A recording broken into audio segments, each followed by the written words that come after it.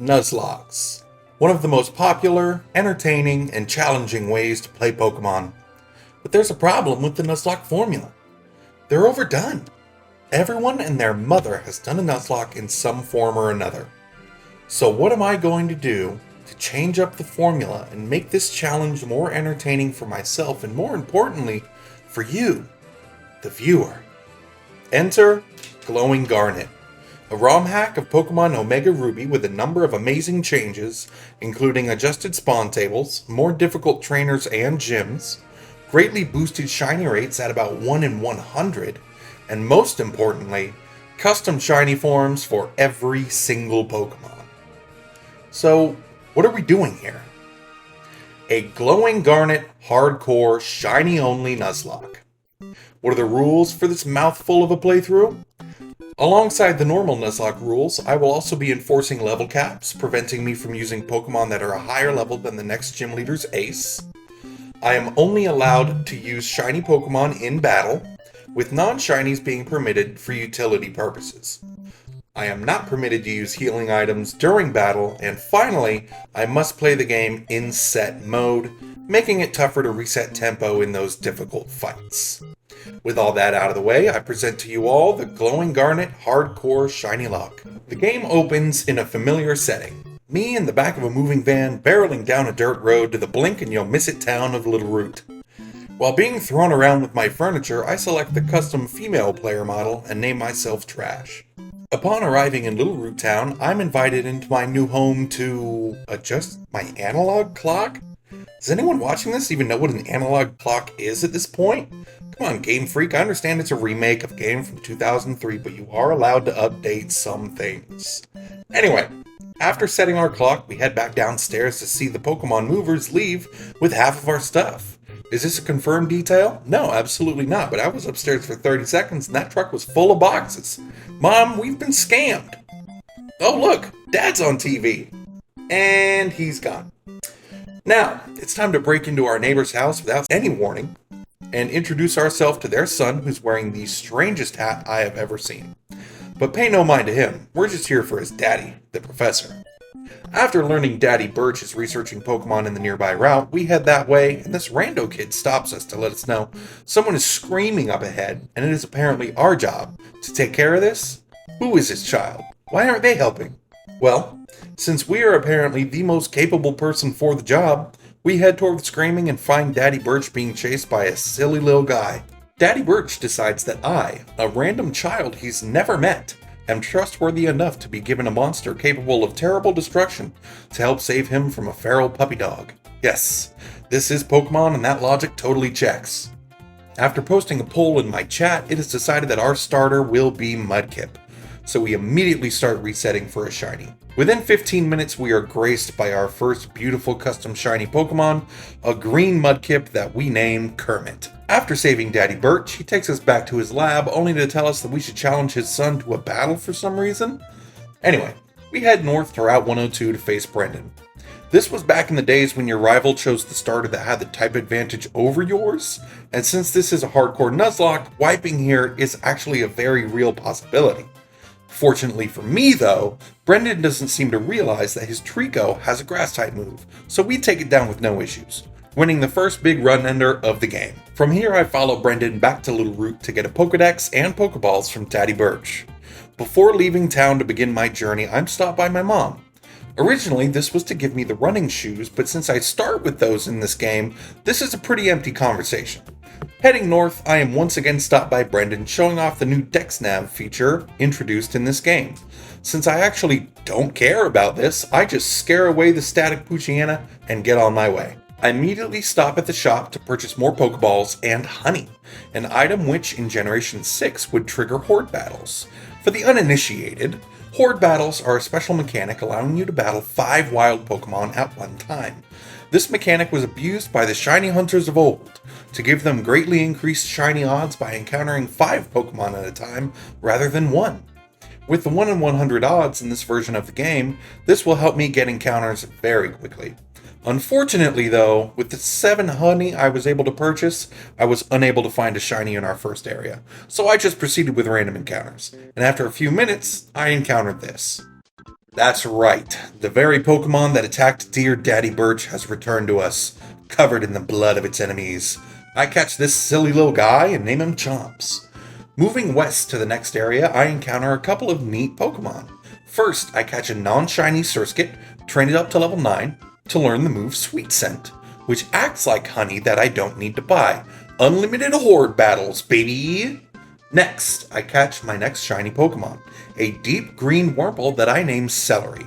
Yes, I know, I spelled celery wrong, but I'm not here because I'm good at spelling. I'm here because I latched onto the dream of being a content creator from a young age, and I'm still trying to make that dream come true. Huh. Got a little personal there. Anyway, I make my way farther down the route and reach Petalburg City, where I meet the gym leader, my long-lost father. He takes me into his gym to, I don't know, have a heart-to-heart. He's my absentee father, and I don't really care what he has to say. Then this random sick kid comes in, interrupting me while I'm ignoring my dad, and asks for help catching Pokemon. And of course, since I started my Pokemon journey less than an hour ago, Norman decides that I am just the person to teach this child how it's done. Cool. Wally and I head back to Route 103 and he enters a battle with Ralts. But it isn't shiny, so I make him catch it himself because it isn't worthy of my love. We then head back to the gym and mi papa sends me on my merry way. Entering the next area, I learn that Torchic can be found here. But not any normal Torchic, no. Delta Torchic. Delta Pokemon are forms of Pokemon that have a different look as well as different typing. In this case, Delta Torchic is an ice type, and while it can be found in hordes, the horde it appears in is pretty rare, so I ran around in circles hoping it would appear on the dex nav. Surprisingly, and in just a few minutes, I found my shiny Delta Torchic, and I name it Frozone. After doing some research, I learned that Delta Trico can be found in Petalburg Woods, in hordes, and from the dex nav. In an effort to keep things relatively random, I decided to do 5 horde encounters, and then 5 dex nav encounters, and then repeat. And after about 30 minutes, I find a shiny Lotad. I'm not super thrilled with this because it is, a Lotad, so I name it Blop and move on with my day. From here, I find some nerd in the woods telling me some dude in a red outfit's trying to steal his goodies. When that person arrives, I decide to defend the nerd in hopes of getting some of the goodies for myself, which pays off as I'm given the experience share, which will help me grind up lower level teammates without the threat of losing them. This is important as team members like Chomps aren't exactly powerful. Despite this, I decide to place Chomps at the front of the party and trigger a random horde battle. I attempt to run away, not once, but twice. And, the silly little guy himself decides that he's going to try and take on these 5 Pokemon solo despite my efforts to relieve, and gets absolutely destroyed. In retrospect, I probably should have switched out to another Mon, but I couldn't really be bothered.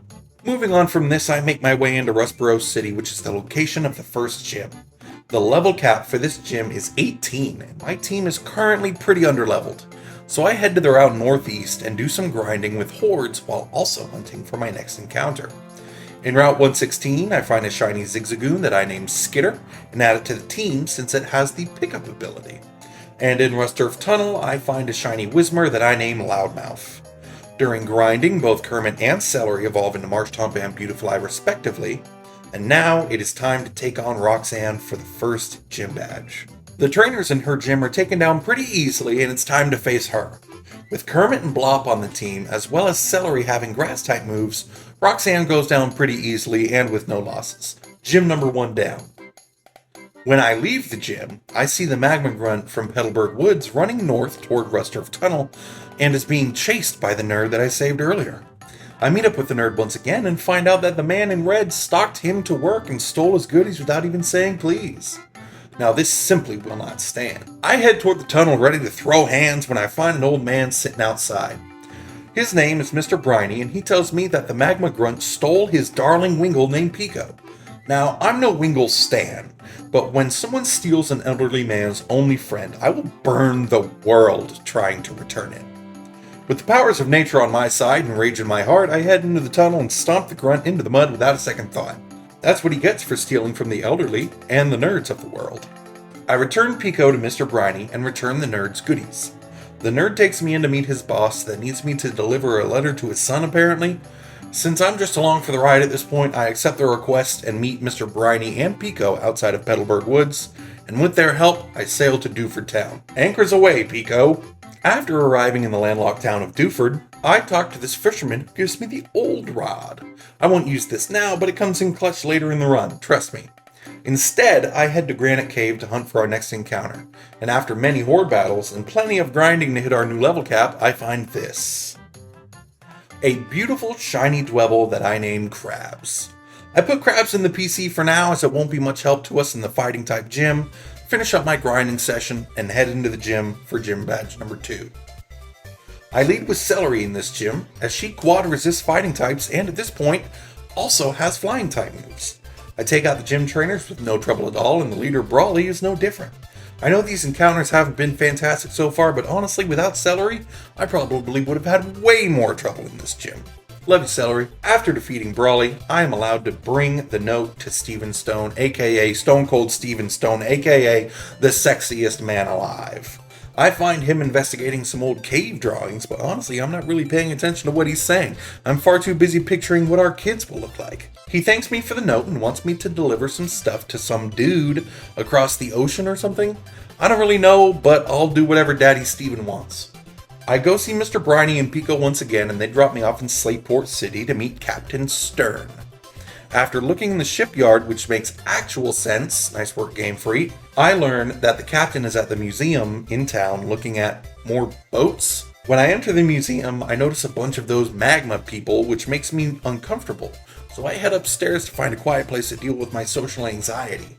Luckily for me, upstairs is where I find Captain Stern and attempt to deliver Daddy Steven's goodies, when Team Magma follows me and demands the goodies for themselves. I delete 2 magma grunts, and just when I think I'm in the clear, their leader Maxie shows up and threatens me and the captain. But lucky for me, Maxie is a nerd, so he doesn't fight me and just runs away. Moving on, I head north toward the next gym in Mauville City, catching a shiny Minun, which I name Floopy. And on the way there, I run into Brendan in what is known as one of the biggest run enders in this game. Fortunately for me, though, I've got a stacked team featuring Celery and Blop, so I take him out with minimal trouble. After smashing my rival into the dirt once again, I continue on to Mauville City to face Watson. Upon my arrival, though, I see that sick kid from Petalburg City, and he's trying to take on the gym. To be honest, I can't be bothered with him right now, so I head west to catch a shiny Surskit that I named Slurpee. Now it's time to send Wally back to the Children's Hospital where he belongs, so I can take on Watson. With Kermit on my team, I can take down most of the gym without any issues. Against Watson, Kermit takes down 4 of his Pokemon with ease. However, he did take some big hits along the way. Knowing that his last Pokemon Magneton gets Sonic Boom, I switch to Blop to prevent any losses and Bubble Beam Magneton a few times for the win, earning me the 3rd gym badge. From Mauville, we head north toward Lava Ridge Town, but what's this? Lava Ridge is unreachable? Well, I guess I'll look for a shiny here instead. In this area, we find a shiny Machop that we name SSGS Drew after one of our viewers. Onward to Fall Arbor. In the Fiery Path, we find a Delta Froakie that I attempt to find shiny, and luckily, we find a shiny Durant instead. Hooray. Continuing toward the next town, we run into this random cowboy who teaches us how to build tree houses. Thanks, I guess? In the next route, we find another awesome Delta Pokemon, Delta Squirtle. And after hunting it for a bit, we find a shiny Spinda that we name Poe. After those last 2 completely overpowered encounters, we are definitely ready to take on the rest of this game. Making our way into Fall Arbor, we run into Brendan, who seems distressed. We follow him and discover some nerd has been kidnapped by Maxie and the boys. We head further west to retrieve the Science Man.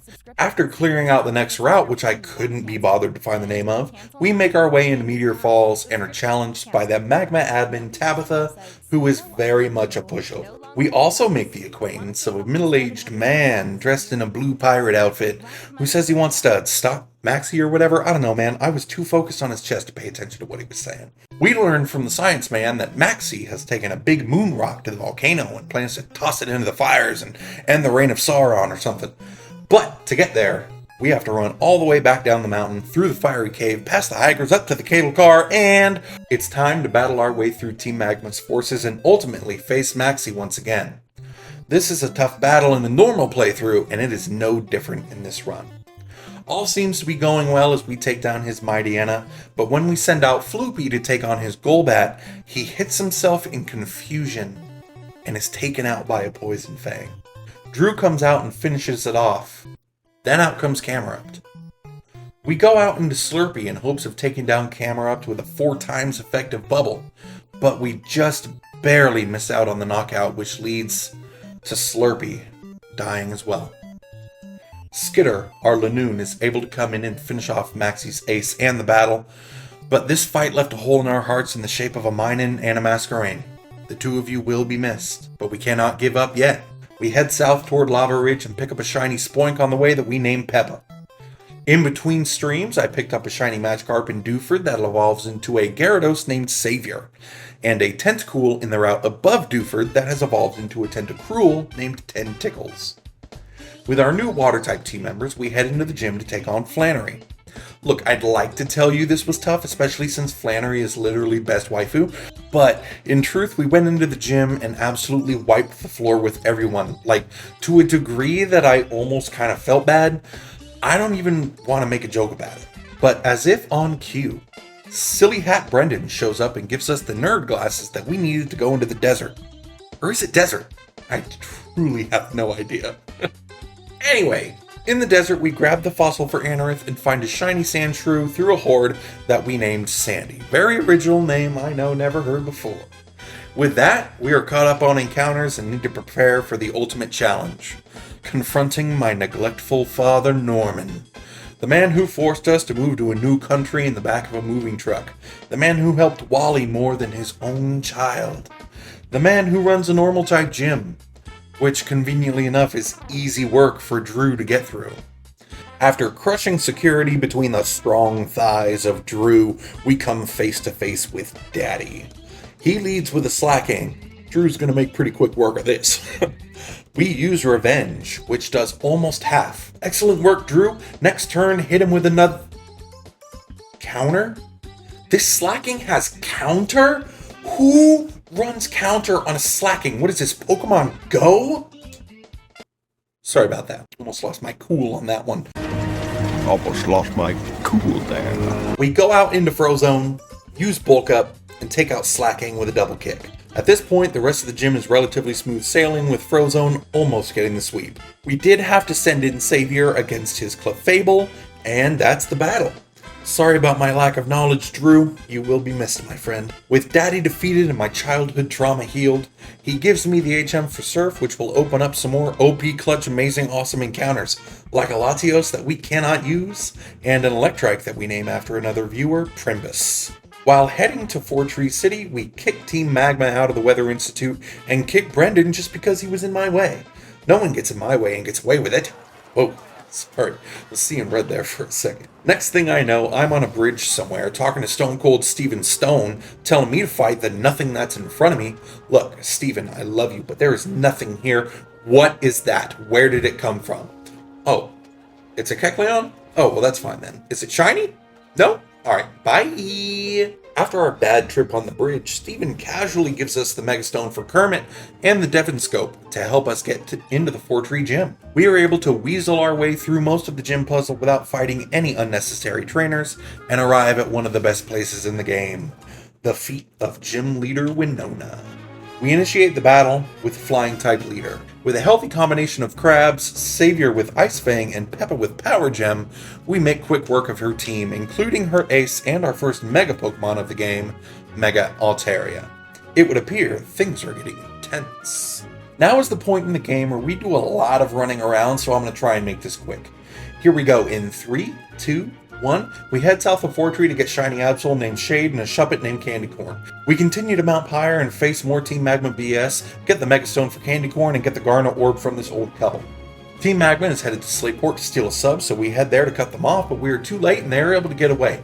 Captain Stern escorts us back to Lily Cove, where we surf to the Magma base, get the Master Ball, take on the one and only Horde Trainer battle in all of Pokemon, and lose the submarine again. They've gone to some cave in the middle of the ocean and we need to dive to get there, but we cannot do that without the next gym badge. With that in mind, we head east to Moss Deep. We quickly run through the gym to take on Tate and Liza. They have 4 Pokemon: Solrock, Lunatone, Gardevoir, and Mega Gallade. They all go down smoothly and with no additional deaths in the team. The same cannot be said for a certain upcoming event. What, you want me to spoil it now? But it'll ruin the surprise! Anyway, upon exiting the gym, we see a green beam fire into the sky, and Steven tells us it could be related to Team Magma and the legendary Pokemon. He then gives us the Dive HM and we head to the new underwater Magma base. We have to spend some time doing some puzzles and fighting through Magma grunts, eventually making our way once again to Maxie. It appears Archie attempted to confront him but was defeated, so now it falls on the 10-year-old who literally moved here yesterday. This is definitely gonna go well. Early in the battle, things seem to be going our way with Delta Greninja, Weezing, and Mightyena being taken out easily by Savior and Kermit. Next up is Crobat, who begins to give us some trouble by taking out Candy Corn, removing a possible Mega from the team. This definitely isn't good, but we can still come back from this. We go out into Kermit, hoping to either outspeed or tank an attack, but it looks like I was overconfident, which ultimately leads to no, this can't be happening. I left all my friends, everyone I know, to come to this place, and you were the first friend I made when I got here. You've been with us for the entire journey, keeping us safe from harm whenever you could, and I let you down. I'm sorry, my friend. I'm sorry, Kermit. At this point, I start to panic. I send out Noi Batman, who we got earlier from Meteor Falls, and they are also quickly taken out by Crobat. This is getting out of hand. Is this the end? We send out Primbus, who's hit hard by acrobatics, but is able to take down this menace once and for all. The battle isn't over yet. We still have to face Maxie's ace, Mega Camerupt. It's time to make a choice. Primbus doesn't take any hits from this monster of a mountain, and our team is in very rough shape. We need to sack someone off. If Primbus had more health, I would try to switch to Savior, expecting a ground-type move, but at this range, Camerupt kills with any attack. Knowing that the next gym is Water-type, we decide to save Primbus, and in his place, we send in Shade. This looks to be the right call as the volcano erupts and kills Shade. But Shade's sacrifice will not be in vain, as now we can send in Savior, who's able to take out Maxie's final menacing monster with a single 4 times effective Aqua Tail, winning us the battle. Only 2 team members remain. Savior only has 4 HP and is poisoned, and Primbus is below half, doesn't even have a Mega Stone. Despite losing, Maxie still manages to awake and subsequently enrage the legendary Groudon, who unleashes harsh, unyielding sunlight across the region, after which time it retires into the Cave of Origin in Sootopolis City. Maxie is able to see the state of the region, and realizing that waking a literal primordial god of land and sun may have in fact been a terrible idea. But we don't have time for him and his regrets. Now is the time to rebuild. Upon arriving in Sootopolis City, we move all of our fallen members into the PC and fill our party with some old favorites. Our new team is composed of Primbus the Manectric, Savior the Gyarados, Krabs the Crustle, Peppa the Grumpig, Frozone the Delta Blaziken, and Loudmouth the Exploud. With this new old team, we head to the Cave of Origin as Steven and the final gym leader Wallace have determined that once again we, a literal child, should be responsible for the fate of the Hoenn region. Yep, honestly, at this point, that's about par for the course. We are given the Magma Suit by Maxie, which will allow us to swim in lava? what is even happening at this point? Like, this isn't even as crazy as it gets. Groudon, who is apparently mad, but like not at us, lets us ride it through lava, taking us into the innermost chamber of the cave where we can finally face it. After everything that we have gone through, there is no way in hell we do not get the shiny for this. I will not stand for it. And even with the shiny rates being 1 in 100, this took several hours to hunt.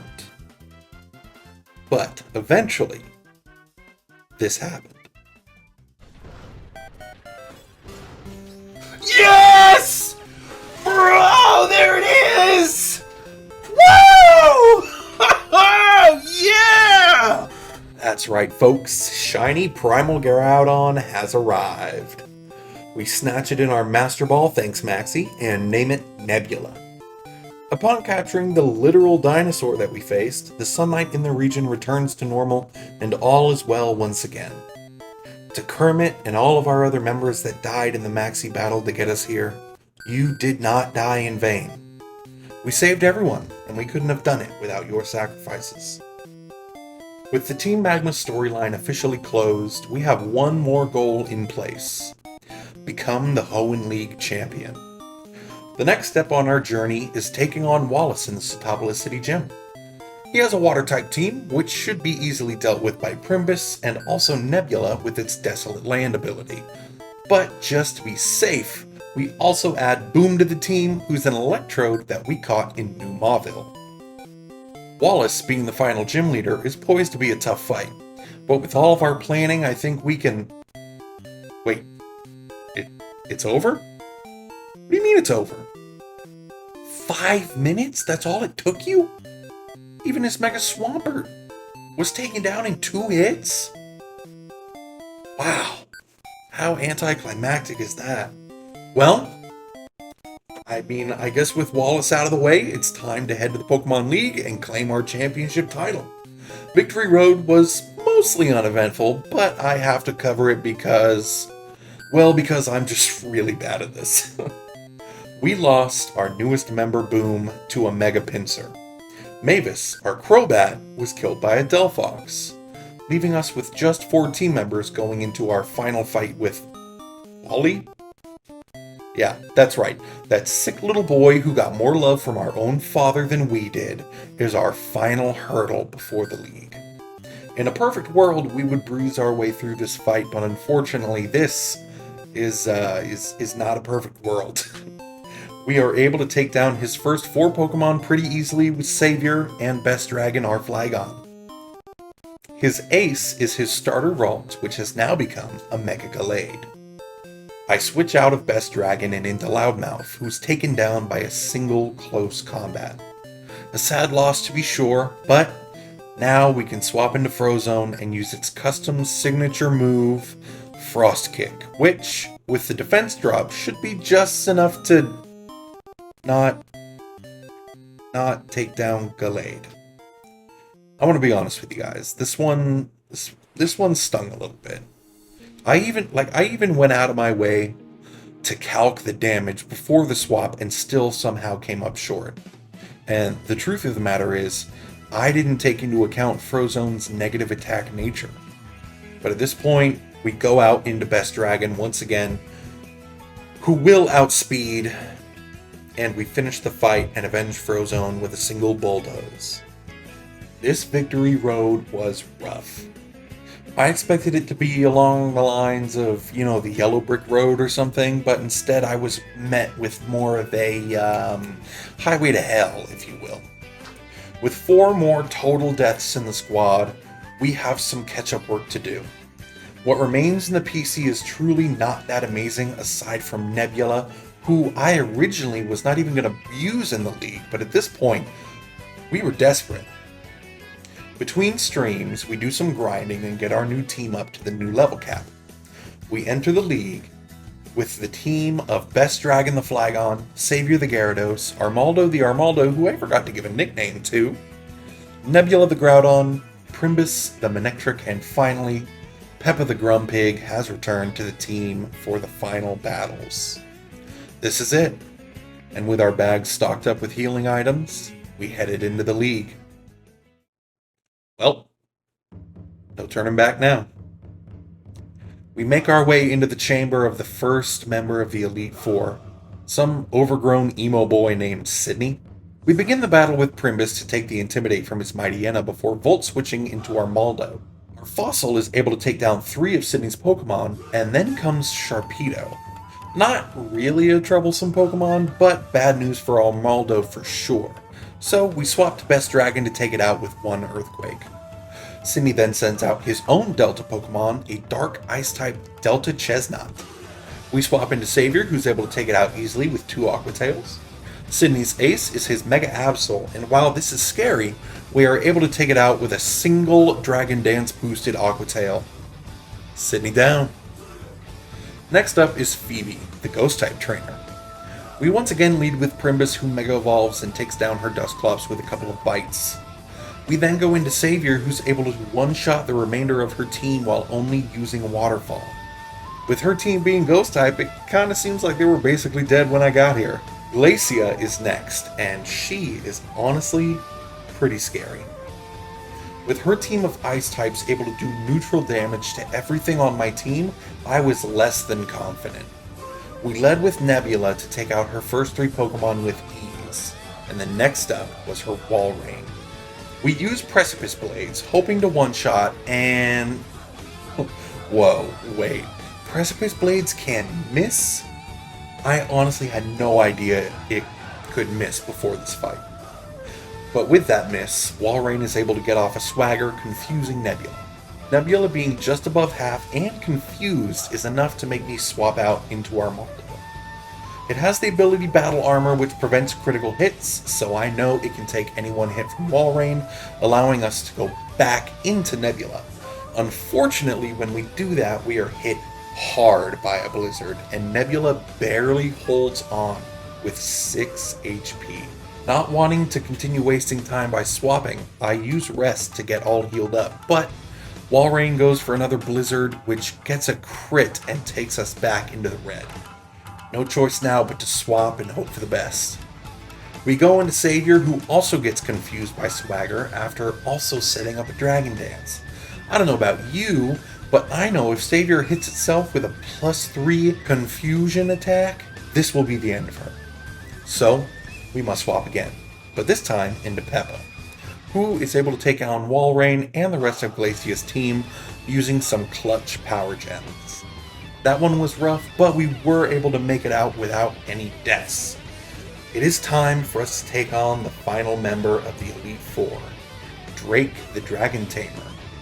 We lead with Savior, who's able to take down Drake's Altaria, but not without getting paralyzed and taking some sizable damage. Next up is his first Flygon. With Savior being pretty useless for the rest of the fight thanks to the paralysis, we have to choose to make a sacrifice play or swap and hope we take a hit. The safer play here turned out to be the sadder one. We stay in with Savior and hit Ice Fang. Flygon goes for a Dragon Rush and takes Savior down. Savior, you've been with us for a majority of the game at this point. I'm so sad to see you go, but without your sacrifice, Best Dragon wouldn't have been able to come in and take down both of Drake's Flygons. Kingdra then comes out, and while Best Dragon is able to deal great damage, Drake heals and sets up a Dragon Dance, causing Kingdra to outspeed on the next turn and take down Best Dragon as well. Your time on the team was short, but we wouldn't have made it here without you. We go out into Peppa, who appears to be the sleeper MVP of the playthrough, as she proceeds to tear through Drake's remaining Pokemon, including his ace, Mega Salamence. The team is in bad shape after that battle, but with 4 strong team members remaining, we still have a fighting chance. We heal everyone up and head into the final chamber. Waiting for us there is none other than Stone Cold Steven Stone himself. Steven is a Steel-type master, and his team is one of the scariest in the game. We lead with Nebula, which activates their Primal Reversion. This beast, who is truly the entire reason we began our journey, will now help us in our final moments. And they are a beast indeed, sweeping through every single one of Steven's Pokemon in 1 or 2 hits. Then comes his final Pokemon, his ace, Metagross. But not just any Metagross, one of the most terrifying Pokemon in history, Mega Metagross. This is make or break. If we cannot take this out with Nebula, it could potentially sweep our team. We go for one final Lava Plume and... we one-shot!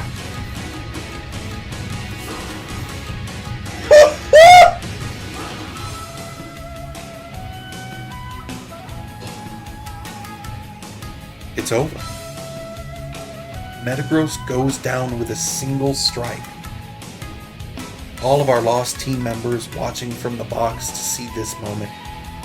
I know it may seem like a cop-out and a cheap win since I used a legend, but I was not about to let the whole run go up in smoke because I was too stubborn to use Nebula. And without Nebula, all of our fallen friends would have died for no reason at all. Steven takes us into another room in the back. Like where this is going? Oh, it's to report our victory over you? Got it. Yeah, that's totally what I thought was happening. Steven heals our team, and their names are forever recorded in the halls of the Pokemon League, signifying my very first completed Nuzlocke run ever. This was an absolutely amazing journey, and I'm glad y'all were here with me for it. I want to say a very big thank you to everyone that has gotten to this point in the video. Congratulations! We did it! And if you enjoyed the video and want to see some more like it, do me a favor, leave a like, maybe even share it with your friends. Thank you all once again for joining me. I hope you enjoyed, and I will see y'all in the next one. Peace!